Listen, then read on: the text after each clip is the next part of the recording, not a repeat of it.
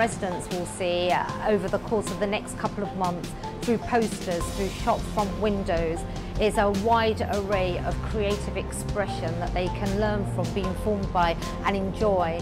And it demonstrates the talent of graphic designers and poets from Switzerland, and also our young people that have been involved in writing words that evoke and provoke thinking and thought about the world we live in today. But more importantly, it's an opportunity for us here in Newham to enjoy the beauty of art and creative expression in our neighbourhoods, in our places and on our shop windows.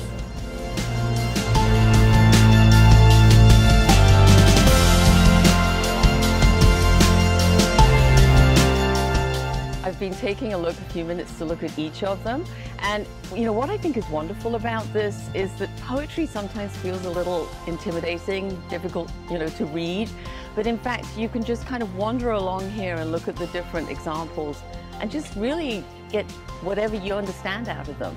There's no teacher telling you what to think it means, and I love the fact as well that this has been created locally. I think that's terrific.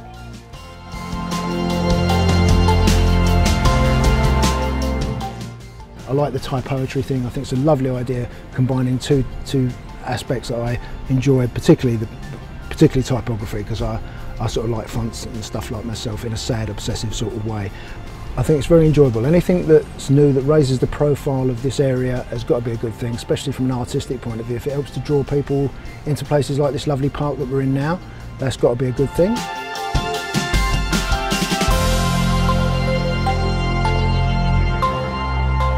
I loved seeing the piece on Green Street, which it really made me look twice at the architecture of the building, because I walk past that spot almost every day and I don't really notice it.